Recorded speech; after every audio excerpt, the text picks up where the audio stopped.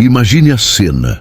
O homem mais poderoso da Terra, dono do império mais temido da sua época, de repente fica paralisado diante de algo que nenhum exército poderia enfrentar. Não foi uma rebelião, nem uma crise política. Foi uma visão dentro de uma fornalha acesa, onde 3 jovens caminham vivos entre as chamas, e um quarto ser aparece ao lado deles, com um brilho que nenhum deus babilônico jamais exibiu. Nabucodonosor tentou negar o que viu, tentou explicar como sempre fez, mas dessa vez nada funcionou. Aquele momento quebrou seu orgulho, mexeu com seu espírito e abriu nele uma ferida que nenhuma glória humana poderia fechar. Até hoje, estudiosos se perguntam o que realmente aconteceu naquela noite em Babilônia, mas o próprio rei deixou registrado o que sentiu quando percebeu que não estava apenas testemunhando um milagre. Estava diante de alguém infinitamente maior do que ele. Antes de avançarmos, faça parte deste espaço onde histórias bíblicas ganham vida com profundidade e respeito. Toque no botão de inscrição e caminhe conosco em cada novo capítulo que revelamos aqui. 1. A ascensão de Nabucodonosor e o domínio do Império Babilônico. Antes de se tornar o rei que testemunharia a glória do Deus Altíssimo, Nabucodonosor era o símbolo máximo do poder humano. Filho de Nabopolassar, ele herdou não apenas o trono, mas uma missão: expandir a Babilônia até os confins do mundo conhecido. A cidade era um espetáculo de arquitetura, sabedoria e domínio militar. No entanto, por trás de sua imponência, havia uma sede insaciável de glória pessoal. O jovem rei não apenas conquistava territórios. Ele reescrevia a identidade de povos inteiros, apagando culturas e impondo a cosmovisão babilônica. Em sua mente, nenhum deus, nenhum rei, nenhum império poderia resistir ao avanço de sua mão forte. O orgulho, que se alimentava da expansão territorial, fazia com que Nabucodonosor acreditasse ser mais do que um homem. Aos seus olhos, era quase divino. Sua palavra se tornava decreto, e sua vontade era insensada como lei dos céus. A Babilônia, descrita com detalhes em diversos registros históricos e nas escrituras, era uma joia do mundo antigo, um centro de comércio, arte e religião. Tudo isso servia de espelho para a vaidade do rei. Mas o que ele não sabia era que seu poder era apenas uma peça no tabuleiro divino. E sua ascensão fazia parte de um plano maior que ele mesmo não compreendia ainda. Os relatos encontrados no livro do profeta Daniel revelam um Nabucodonosor estrategista, sim, mas também vulnerável às emoções, às interpretações dos sonhos e ao medo do desconhecido. Ele podia conquistar cidades, subjugar reis, arrastar nações inteiras como prisioneiras, mas não conseguia encontrar paz interior. Essa inquietação, mascarada por um trono de ouro, era o prelúdio do encontro mais inesperado de sua vida. Um encontro que não se daria em salões reais ou em campos de batalha, mas dentro de uma fornalha ardente e de um coração soberbo sendo dobrado. A arrogância de Nabucodonosor era sustentada por uma crença antiga, de que os deuses estavam do lado dos vitoriosos. E já que sua nação prosperava, ele acreditava que sua religião também triunfava. O problema é que a fé babilônica era baseada no medo, na superstição e na manipulação espiritual. Não havia espaço para um Deus que exigisse santidade, fidelidade e arrependimento.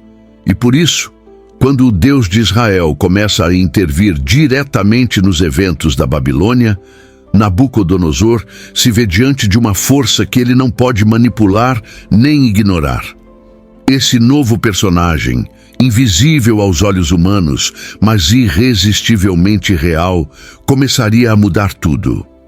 A ascensão de Nabucodonosor, embora gloriosa aos olhos do mundo, já carregava sementes da sua futura queda, mas ao mesmo tempo revelava o cuidado divino em usar até mesmo reis ímpios para cumprir propósitos eternos. Ele governava sobre um império, mas estava prestes a ser governado por algo infinitamente maior que ele.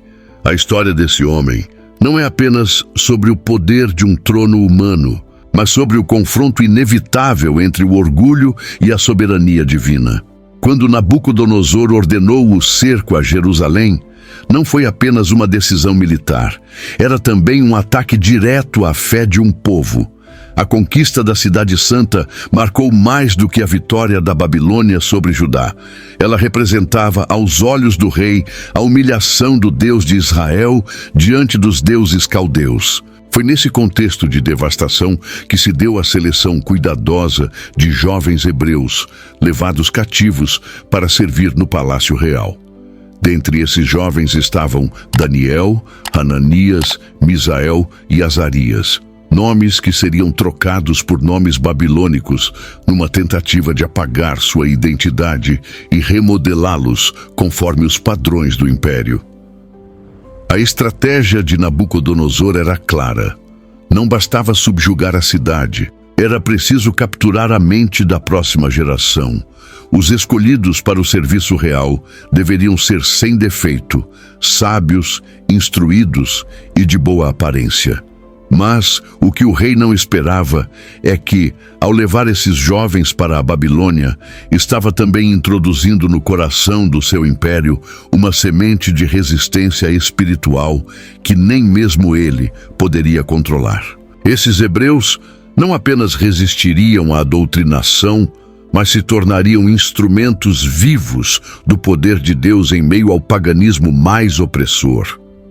A decisão de Daniel e seus amigos de não se contaminar com os manjares do rei foi a primeira centelha de luz em um ambiente profundamente corrompido. Eles sabiam que não estavam apenas rejeitando comida, estavam afirmando sua lealdade ao Deus dos céus, mesmo sob risco de morte. A firmeza desses jovens diante da cultura dominante foi o primeiro choque para Nabucodonosor. Como alguém pode negar os prazeres e privilégios do palácio por causa de um Deus invisível? Essa pergunta silenciosa começava a inquietar a mente do rei. A fidelidade desses jovens não era apenas um gesto de bravura pessoal.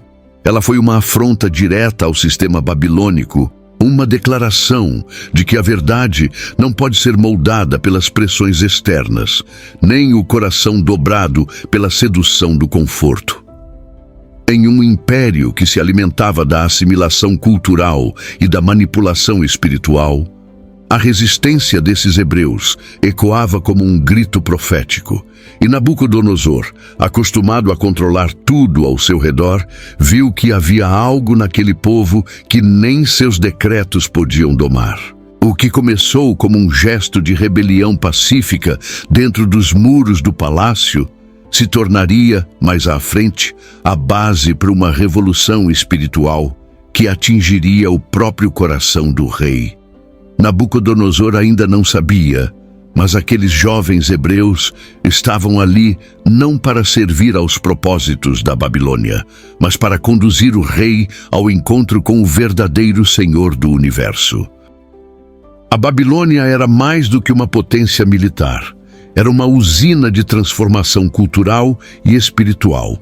Tudo nela era desenhado para absorver e remodelar os povos conquistados.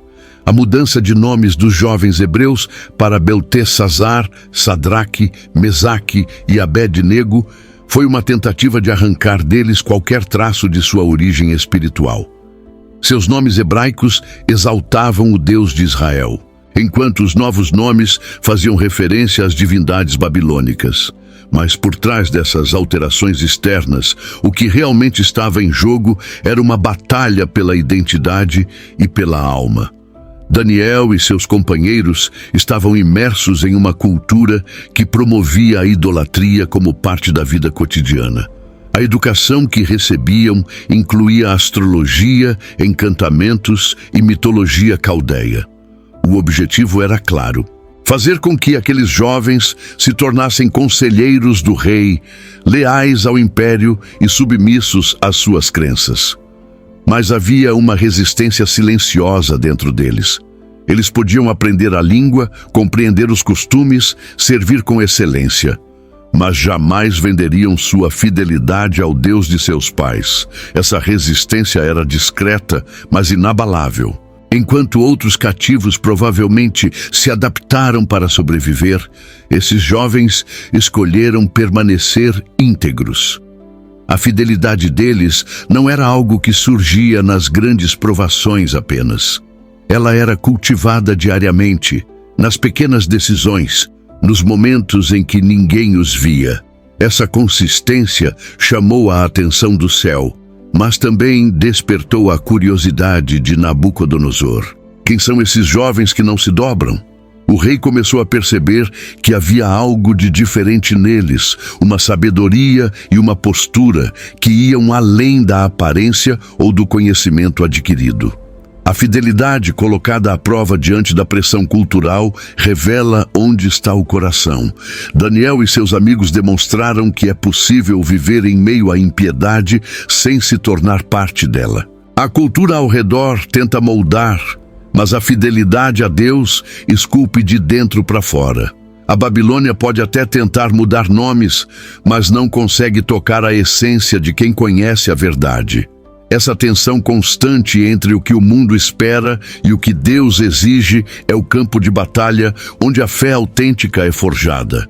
E foi exatamente essa firmeza silenciosa que preparou o caminho para eventos ainda maiores. Quando uma simples recusa alimentar se transforma em um divisor de águas espiritual, é sinal de que o céu está prestes a intervir de maneira incomum. O rei, que achava ter completo controle sobre o destino daqueles jovens, começava a descobrir que havia uma força invisível moldando o curso dos acontecimentos, mais poderosa do que qualquer império humano. Quando Nabucodonosor foi perturbado por um sonho enigmático, algo incomum aconteceu. Ele o esqueceu por completo. Mas mesmo sem se lembrar dos detalhes, o impacto emocional do sonho permaneceu. Ele sabia que aquilo não era fruto do acaso, mas uma mensagem poderosa que ultrapassava os limites do natural. Assustado e inquieto, o rei ordenou que seus magos, encantadores e astrólogos não apenas interpretassem o sonho, mas que o revelassem sem que ele dissesse uma palavra. Era um desafio impossível. Nenhum homem poderia cumprir tal ordem. E os próprios sábios babilônicos confessaram: não há mortal sobre a terra que possa declarar o que o rei exige, como registrado em Daniel, capítulo 2, versículo 10. A resposta do rei foi brutal. Ele decretou a execução de todos os sábios da Babilônia, incluindo Daniel e seus amigos. Nesse cenário de crise e iminente tragédia, Daniel se levanta como uma figura de fé e ousadia. Ele pede tempo ao rei e volta-se imediatamente para Deus em oração. Junto com seus companheiros, busca ao Senhor com urgência, reconhecendo que somente o Deus dos céus poderia revelar mistérios tão profundos. Então, durante a noite, o impossível acontece. Daniel recebe, em uma visão, o sonho e a interpretação exata. Um jovem cativo, sem influência política e sem proteção humana, torna-se a única esperança de um império inteiro. Ao ser levado à presença do rei, Daniel não toma para si a glória. Ele declara com firmeza que nenhum homem, por mais sábio que seja, pode revelar o que o rei sonhou. Mas há um Deus nos céus que revela mistérios. A humildade de Daniel contrasta com a arrogância dos sábios do império. E suas palavras começam a minar a crença de Nabucodonosor de que o poder reside apenas em mãos humanas. O jovem hebreu descreve a grande estátua com cabeça de ouro, peito de prata, ventre de bronze, pernas de ferro e pés em parte de barro. Ele revela que o rei é a cabeça de ouro, o império mais glorioso, mas que seu reino seria sucedido por outros e que no fim dos tempos uma pedra cortada sem auxílio de mãos humanas destruiria todos os reinos e estabeleceria um reino eterno. Essa revelação não apenas impacta o rei, mas o desestabiliza. Pela primeira vez, ele é confrontado com a ideia de que seu império não é eterno e que existe uma autoridade superior à sua. Nabucodonosor se prostra diante de Daniel, reconhecendo que seu Deus é o Deus dos deuses e Senhor dos reis. Embora ainda preso ao seu orgulho, ele experimenta uma fresta de luz que penetra sua alma endurecida. O sonho esquecido se torna o instrumento que Deus usa para iniciar a desconstrução da soberba do rei mais poderoso da terra. Este episódio mostra que o Senhor pode usar até o esquecimento humano como ferramenta para sua revelação. E também ensina que, mesmo diante de ameaças de morte, a fidelidade e a confiança em Deus podem abrir portas onde não há saídas visíveis. Daniel não apenas salvou vidas com sua coragem, mas iniciou um processo de transformação na mente de um rei pagão, plantando as primeiras sementes do que seria um futuro encontro com o Cristo pré-encarnado. Depois de ouvir que seu império seria apenas o primeiro de uma sequência de reinos, Nabucodonosor ficou inquieto. A ideia de que sua glória era limitada o feriu profundamente. Incapaz de aceitar que o ouro se transformaria em prata e depois em materiais cada vez menos nobres, ele decide desafiar a visão divina. Em um ato carregado de orgulho e rebeldia espiritual, o rei ordena a construção de uma imensa estátua de ouro maciço, com mais de 27 metros de altura, completamente coberta de ouro, como descrito em Daniel capítulo 3, versículo 1.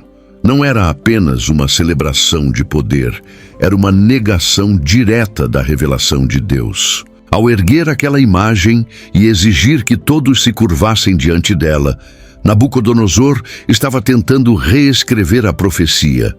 Ele não queria ser apenas a cabeça de ouro, mas todo o corpo.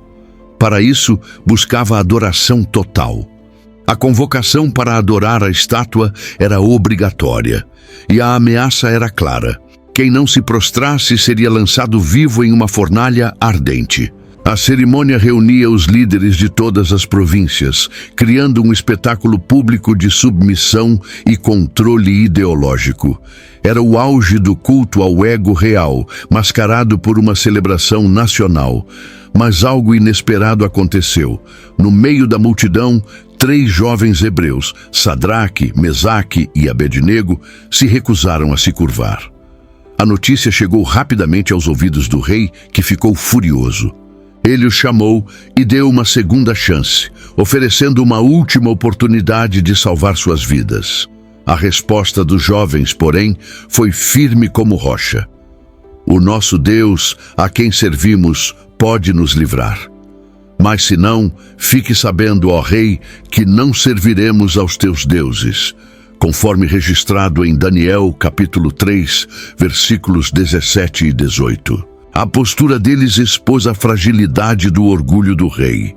Mesmo com todo o poder do império, Nabucodonosor não conseguia dobrar a fé de 3 homens. Ele mandou aquecer a fornalha 7 vezes mais do que o normal. Tamanha era sua raiva. Os soldados que lançaram os hebreus no fogo morreram por causa da intensidade das chamas, mas os jovens permaneceram intactos. E foi ali, no meio do fogo, que Nabucodonosor viu algo que jamais esqueceria. Um 4º homem, semelhante a um filho dos deuses, caminhando com eles. Aquela visão desfez o orgulho de Nabucodonosor em um instante. Ele não viu apenas 3 jovens resistindo ao fogo. Ele viu a manifestação visível da glória divina, protegendo os fiéis no meio da destruição. Era mais do que um milagre. Era um confronto direto entre o poder do homem e a presença de Deus. Diante disso, o rei não pôde negar o que seus olhos testemunharam. E pela primeira vez, ele reconheceu publicamente que havia um Deus acima de todos os deuses, capaz de livrar, sustentar e responder com fogo e glória à fidelidade de seus servos. O silêncio de Nabucodonosor foi quebrado por um grito de espanto. De pé, diante da fornalha acesa como nunca, ele pergunta atônito: "Não foram 3 os homens que lançamos atados no fogo? Eu vejo 4 homens, soltos, andando no meio do fogo, e nenhum dano há neles. E o quarto é semelhante a um filho dos deuses. O registro dessa cena impressionante está em Daniel capítulo 3, versículo 25. Aquilo que era para ser um espetáculo de punição se transformou em um palco de revelação. O quarto homem no fogo não era uma ilusão nem uma figura simbólica. Era a manifestação visível do próprio Cristo pré-encarnado, aparecendo no meio do sofrimento para proteger seus fiéis. Nabucodonosor, um rei acostumado a dar ordens que não podiam ser desafiadas, agora se via impotente diante de uma presença divina que agia sem sua permissão. A fornalha, que deveria destruir, se tornou o local onde Deus decidiu revelar sua glória. Os 3 jovens foram retirados das chamas sem sequer cheiro de fumaça.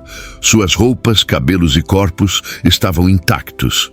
Mas o impacto maior não estava no milagre físico, e sim no testemunho que aquilo representava. Um Deus que caminha com seus servos na adversidade. O rei, ainda atônito, não teve escolha senão declarar que ninguém poderia blasfemar contra o Deus de Sadraque, Mesaque e Abed-nego. Ele não apenas revogou a pena, mas exaltou a fé daqueles homens como um exemplo a ser seguido. O homem que havia exigido adoração agora reconhecia que existe uma autoridade maior, uma presença que nem o fogo pode deter. A Babilônia inteira ouviu o decreto real exaltando o Deus dos céus, e os jovens foram promovidos dentro do próprio império que tentou destruí-los. A presença do quarto homem na fornalha é mais do que um episódio isolado. É um lembrete eterno de que Deus não apenas observa o sofrimento dos seus, mas entra nele com eles. Ele não os livrou da fornalha, mas os sustentou dentro dela. E ao fazer isso, mostrou que a fidelidade, mesmo quando parece nos conduzir à destruição, é o caminho para as manifestações mais gloriosas da presença divina. Nabucodonosor não podia mais negar o que viu. E embora seu coração ainda estivesse dividido, ele jamais esqueceria o rosto daquele que apareceu no fogo. Essa experiência foi um divisor de águas, não apenas para o rei, mas para toda a estrutura espiritual da Babilônia. O trono humano foi forçado a reconhecer que existe um trono superior, eterno, que não pode ser contestado. E mesmo que Nabucodonosor ainda não tivesse se rendido por completo, algo dentro dele começava a ruir. Ele havia presenciado um vislumbre da eternidade, e aquilo o marcaria para sempre. O acontecimento na fornalha não foi apenas um milagre isolado, foi uma ruptura na compreensão espiritual de Nabucodonosor. A imagem do quarto homem caminhando entre as chamas marcou o rei de forma tão profunda que ele se viu incapaz de ignorar o que testemunhou. Aquela visão sobrenatural desafiava tudo o que aprendera desde a infância sobre os deuses babilônicos. A presença divina ao lado dos jovens hebreus escancarava a verdade de que o Deus de Israel não era uma divindade regional, mas o Senhor que intervém na história humana. O registro de Daniel capítulo 3, versículo 28, deixa claro que Nabucodonosor reconheceu que nenhum outro Deus podia salvar daquela maneira, revelando que pela primeira vez seus lábios confessavam algo acima de sua própria glória. Mesmo assim, a transformação do rei não aconteceu de imediato. O impacto da visão celestial não resultou em uma conversão instantânea, mas abriu rachaduras profundas em sua arrogância. A mente de Nabucodonosor, acostumada a controlar homens, nações e crenças, agora se via confrontada por uma força que transcende as autoridades humanas. Ele não apenas viu um milagre, ele viu um ser cuja autoridade ultrapassava a dele, caminhando em um ambiente que deveria representar morte certa. Esse confronto direto entre sua realeza terrena e o poder celestial começou a gerar um conflito interno que se intensificaria com o passar do tempo. Após o milagre, o rei exalta publicamente o Deus dos jovens hebreus, mas ainda mantém uma visão limitada, como se aquele Deus fosse apenas mais um entre os deuses do panteão babilônico. No entanto, algo havia mudado. Nabucodonosor agora sabia, ainda que de forma imperfeita, que existia um Deus cuja presença se manifesta de maneira viva. Aquela experiência, embora não o tivesse transformado completamente, o empurrou para uma estrada na qual suas convicções religiosas seriam constantemente desafiadas. A glória do Altíssimo começava a se infiltrar na estrutura mental de um rei que acreditava governar o mundo. O impacto daquela visão também se estendeu à sociedade babilônica, pois decretos reais eram proclamados com autoridade absoluta. Quando Nabucodonosor ordena que ninguém fale contra o Deus dos jovens hebreus, ele não está apenas protegendo aqueles rapazes. Ele está reconhecendo, ainda que parcialmente, a singularidade do Deus que age de forma tão grandiosa. O milagre da fornalha se torna, assim, um testemunho público, ecoando pelos palácios, mercados e corredores administrativos da maior potência da época. A visão celestial não apenas salvou 3 vidas, mas plantou uma semente espiritual no coração do rei, que floresceria mais tarde em um encontro ainda mais profundo com o Deus Todo-Poderoso. A experiência na fornalha foi apenas o início de uma jornada intensa que levaria Nabucodonosor a reconhecer algo muito maior do que sua coroa ou seu império. A existência de um Deus que governa não apenas sobre Israel, mas sobre todas as nações da terra. Depois de testemunhar a presença divina na fornalha, Nabucodonosor ficou profundamente abalado. Ele, que antes se via como um semideus, agora declarava publicamente que o Deus de Sadraque, Mesaque e Abed-nego era capaz de livrar de forma que nenhum outro Deus podia. O decreto registrado em Daniel, capítulo 3, versículo 29, mostra como o rei se viu obrigado a admitir que o Altíssimo agia de maneira diferente de todas as divindades que conhecia. A confissão pública de um monarca pagão não era comum na antiguidade. Isso não era apenas um gesto religioso. Era um reconhecimento político, espiritual e emocional de que algo maior do que o Império Babilônico se manifestara diante dele. A declaração do rei, no entanto, não era fruto de uma fé madura, mas de um choque espiritual. Ele reconhecia o poder daquele Deus, mas ainda não compreendia sua natureza. Para Nabucodonosor, a fé era um sistema de troca. Deuses eram adorados para manter as nações prósperas e proteger o rei. Porém, o Deus dos jovens hebreus não operava dessa forma. Ele intervém não para agradar homens poderosos, mas para manifestar sua justiça e sustentar os fiéis. Esse contraste começou a perturbar o coração do rei, que se via cercado de manifestações divinas que não se curvavam ao seu comando. A confissão de Nabucodonosor também revela algo fascinante sobre a pedagogia divina. Deus não humilha o rei com destruição imediata, mas o confronta com milagres que desafiam sua compreensão. Ele planta sinais, dá oportunidades, oferece vislumbres de sua majestade para conduzir um líder arrogante a uma revelação completa de quem ele é. Nabucodonosor, embora ainda resistente, começou a experimentar uma transformação, passo a passo, guiado pela misericórdia divina. Sua confissão inicial foi apenas o prelúdio de uma jornada que culminaria em uma das declarações mais profundas feitas por qualquer governante pagão nas Escrituras. A proclamação do rei também funcionou como testemunho para toda a Babilônia.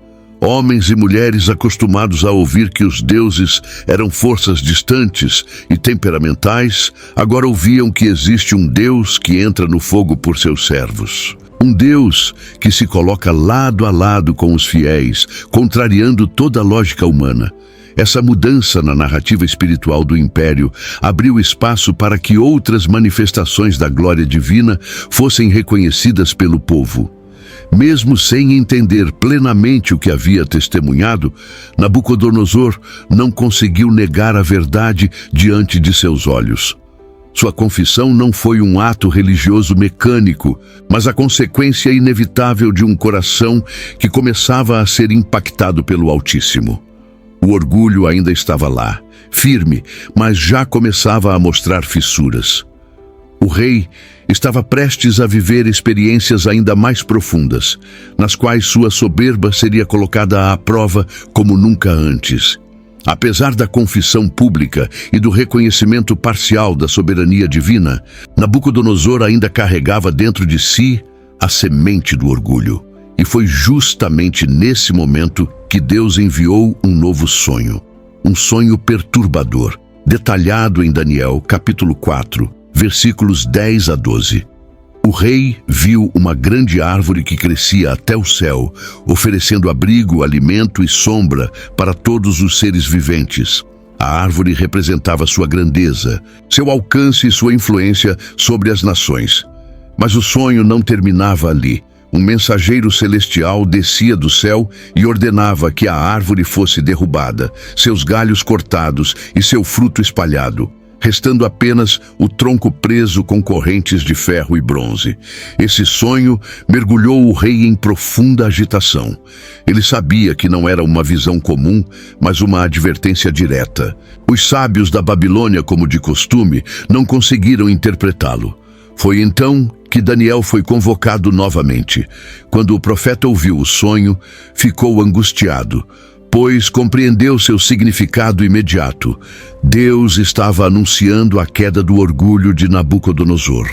O rei seria afastado do trono e viveria como um animal, até reconhecer que o Altíssimo domina sobre os reinos dos homens. Essa interpretação está registrada em Daniel capítulo 4, versículo 25, e revelou ao rei que sua grandeza não era fruto de sua habilidade, mas permissão divina. O mais impressionante desse episódio é o tom pastoral das palavras de Daniel.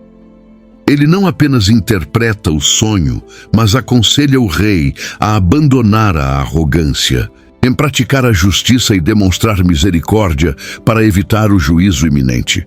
Essa postura revela o coração de Deus. Antes da disciplina, ele oferece misericórdia. Antes da queda, ele estende a mão da correção. Nabucodonosor recebe uma segunda chance, uma oportunidade de se humilhar voluntariamente diante da soberania divina e evitar o sofrimento que se aproximava. Por algum tempo, o rei até parece ter considerado o conselho, mas o orgulho, profundo como raízes antigas, continuava a influenciar suas decisões e sua visão de si mesmo. A ideia de que Deus poderia retirar dele o que julgava ser fruto de seus méritos era difícil de aceitar. A Babilônia, com seus jardins suspensos, muralhas imensas e riquezas incontáveis, era a prova visível de seu poder. Como um rei tão grande poderia aceitar que dependia completamente de um Deus a quem não podia controlar? A segunda chance dada a Nabucodonosor revela a paciência divina e, ao mesmo tempo, prepara o cenário para um dos momentos mais dramáticos da história bíblica: a queda do orgulho de um rei que se julgava invencível. A advertência havia sido dada, o sonho havia sido interpretado, e o tempo de Deus estava se aproximando. Passado um ano após o aviso divino, o orgulho de Nabucodonosor não apenas permaneceu, mas se intensificou. Enquanto caminhava sobre o terraço do seu palácio, ele contemplava a grandeza da Babilônia e se vangloriava. Não é esta a grande Babilônia que eu edifiquei com o meu grandioso poder e para a glória da minha majestade? Como relatado em Daniel, capítulo 4, versículo 30.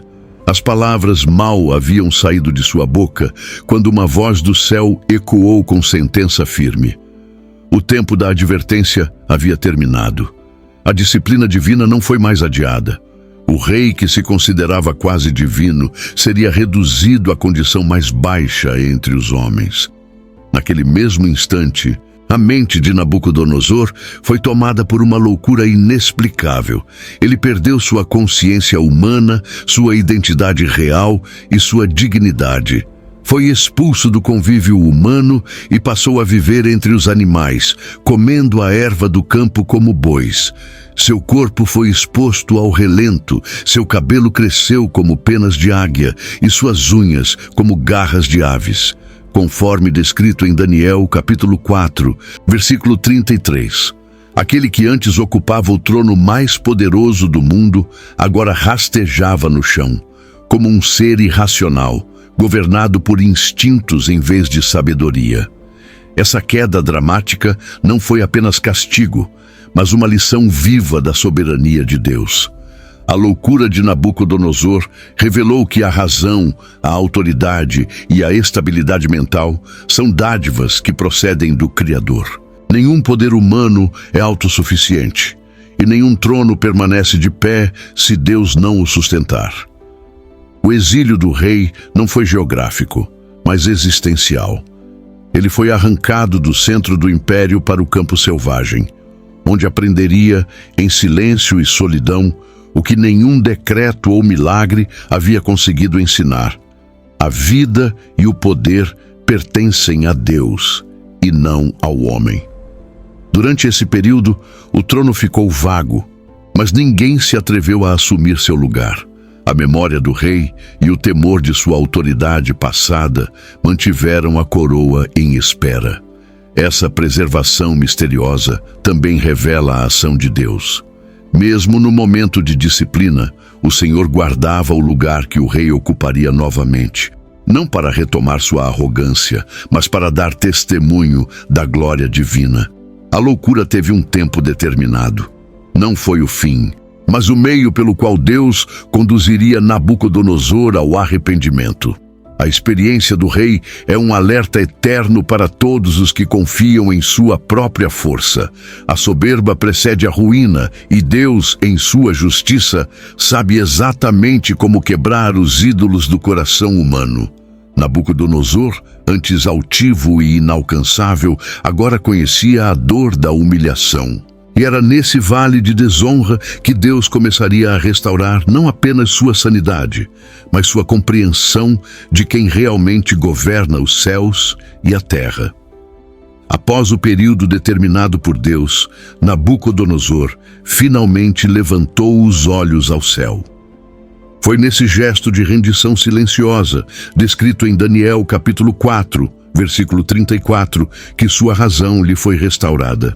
Mas algo ainda mais profundo aconteceu naquele momento. Não apenas sua mente retornou, mas um novo entendimento se formou dentro dele. O rei agora via claramente que não era o centro do universo e que o trono sobre o qual ele se sentava era apenas uma sombra do verdadeiro trono, eterno e inviolável, onde Deus reina soberanamente. A restauração foi completa. O império não havia ruído. Sua posição foi devolvida e sua honra foi restituída. Mas o Nabucodonosor que voltou ao trono não era o mesmo homem. Ele já não se via como invencível, nem considerava sua glória como fruto de seu próprio poder. Em vez disso, suas primeiras palavras públicas foram de exaltação ao Altíssimo. Louvei, exaltei e glorifiquei ao que vive para sempre. Palavras registradas em Daniel capítulo 4. Versículo 34. O orgulho foi substituído pela reverência. A soberba deu lugar à adoração. O rei pagão havia sido transformado pela mão de Deus. Esse momento é singular nas Escrituras. Raramente vemos um rei estrangeiro, criado em meio à idolatria e cercado por um sistema que o endeusava, confessar com tanta clareza a grandeza do Deus de Israel. Ele agora entendia que todos os moradores da terra são reputados em nada, e segundo a sua vontade, ele opera com o exército do céu e os moradores da terra, conforme relatado em Daniel, capítulo 4, versículo 35. Nabucodonosor reconheceu não apenas o poder de Deus, mas sua autoridade irrestrita sobre tudo e todos. Essa compreensão era fruto de dor, mas também de graça. A restauração do rei também nos ensina que Deus não busca destruir, mas transformar. Ele não removeu Nabucodonosor para sempre, mas o quebrou para reconstruí-lo. O mesmo trono que antes servia à vaidade humana, agora se tornava plataforma para declarar a glória divina.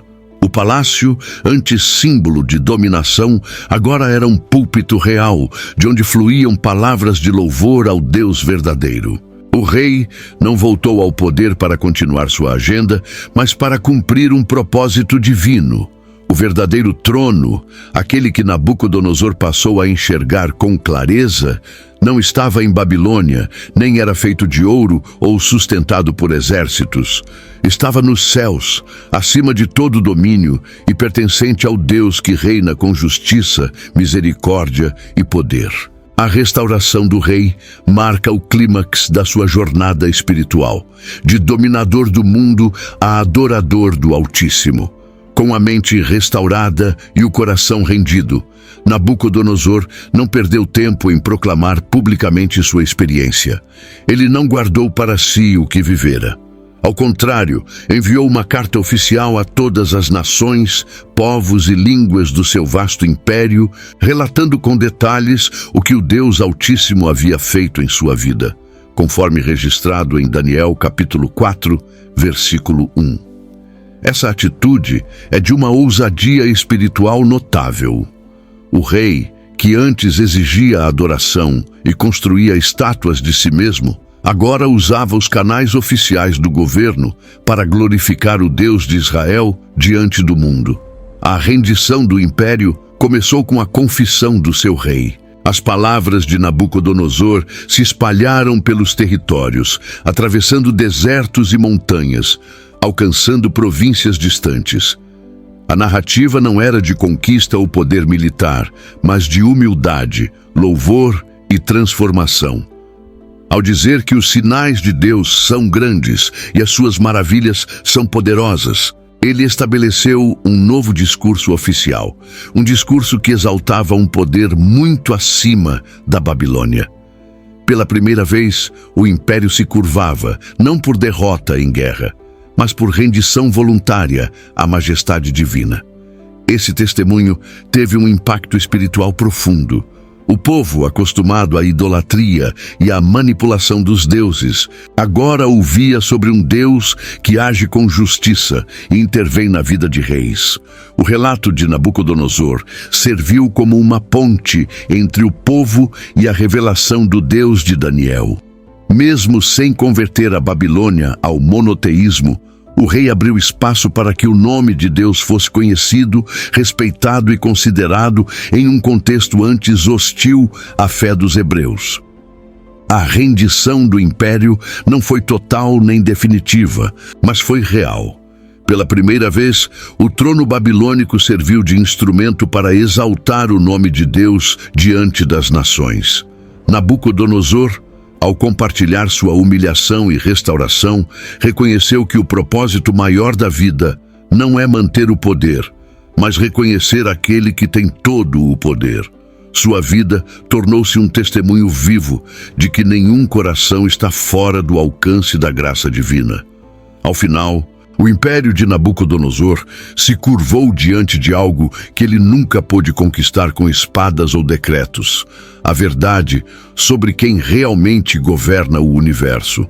Essa rendição espiritual selou sua jornada e deixou para as gerações futuras um relato poderoso de transformação, misericórdia e glória. O clímax espiritual da trajetória de Nabucodonosor acontece quando ele finalmente reconhece, sem hesitação ou reservas, que o domínio do Altíssimo é absoluto. Esse reconhecimento é registrado em Daniel, capítulo 4, versículo 37, quando ele declara: "Agora, pois, eu, Nabucodonosor, louvo, exalto e glorifico ao Rei do céu, porque todas as suas obras são verdadeiras e os seus caminhos justos, e ele pode humilhar os que andam na soberba." Essas palavras, vindas de um rei gentio, não são apenas admiração. São a confissão de alguém que foi vencido pela graça e se curvou diante da autoridade suprema de Deus. O rei que antes representava a resistência espiritual à verdade, agora se torna um arauto da soberania divina. O mais impressionante é que essa proclamação não vem de um profeta nem de um sacerdote, mas de um antigo inimigo do povo de Deus. Isso demonstra que o Senhor não está limitado às fronteiras de Israel.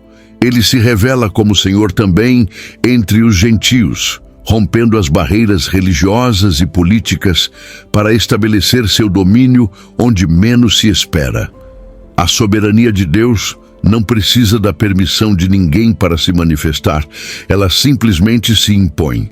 A proclamação feita por Nabucodonosor tem um peso profético. Ela antecipa o que as Escrituras revelam em outros momentos, que viria o dia em que todo joelho se dobraria e toda língua confessaria que o Senhor é Deus, como profetizado em Isaías capítulo 45, versículo 23.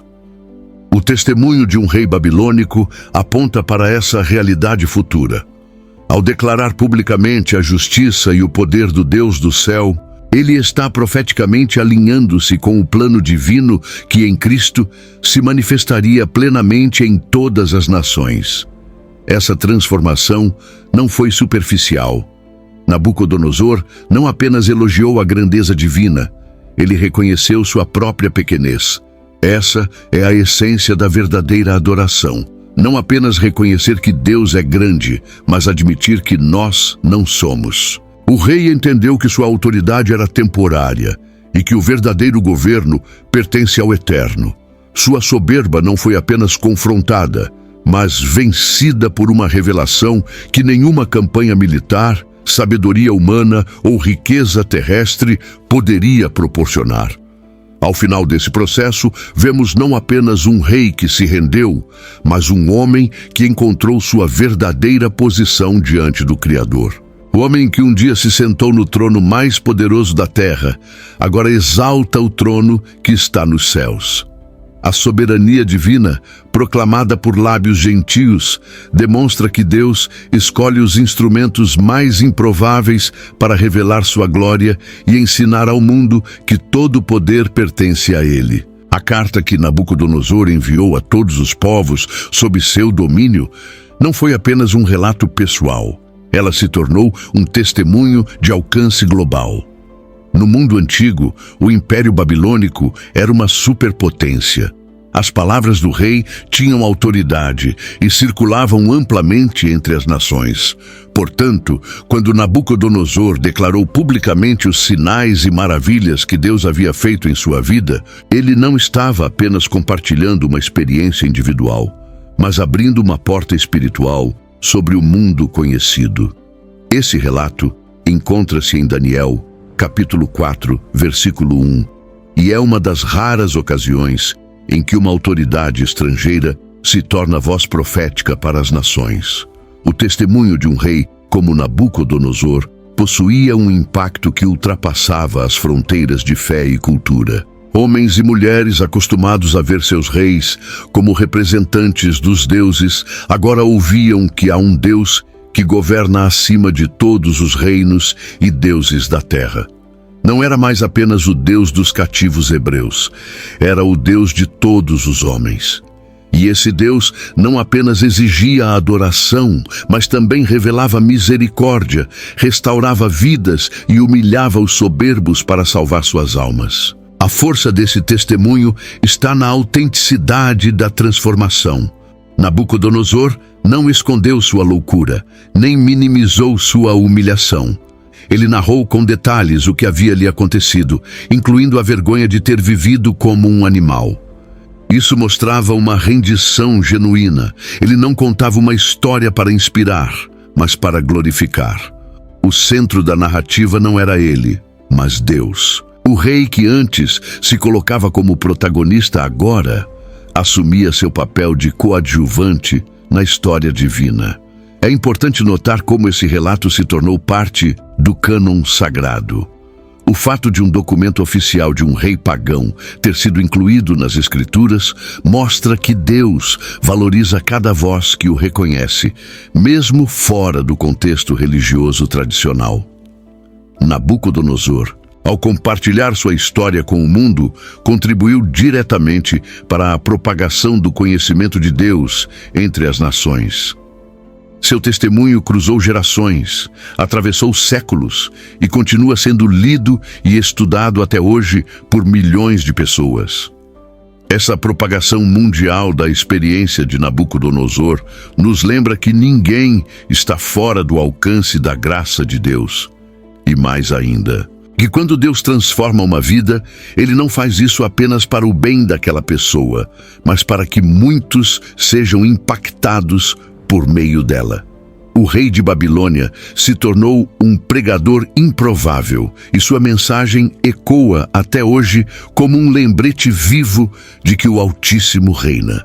Mesmo cercado por uma cultura que exaltava a multiplicidade de deuses, magia e poder humano, Nabucodonosor não pôde silenciar o que seus olhos haviam visto e seu coração experimentado. O segredo que carregava e que jamais conseguiu negar era que há um só Deus que verdadeiramente reina, e ele não é moldado pela vontade dos homens. Esse segredo foi revelado em diversos momentos ao longo de sua trajetória. No sonho da estátua, no livramento dos 3 jovens da fornalha, em sua própria humilhação e na restauração milagrosa de sua sanidade. Cada uma dessas experiências foi como uma martelada divina sobre os alicerces de sua autossuficiência. Esse segredo não era um mistério guardado a 7 chaves, mas uma verdade que gritava através dos acontecimentos. Nabucodonosor tentou resistir, reinterpretar, ignorar, mas a realidade do Deus de Daniel era incontestável. Em Daniel, capítulo 4, versículo 37, ele mesmo confessou que Deus pode humilhar os que andam na soberba. Ele não dizia isso como um ensinamento teórico, mas como alguém que havia sido quebrado e reconstruído pelas próprias mãos do Altíssimo. O segredo não estava apenas no intelecto, mas marcado em sua alma. Durante muito tempo, Nabucodonosor achou que podia controlar tudo.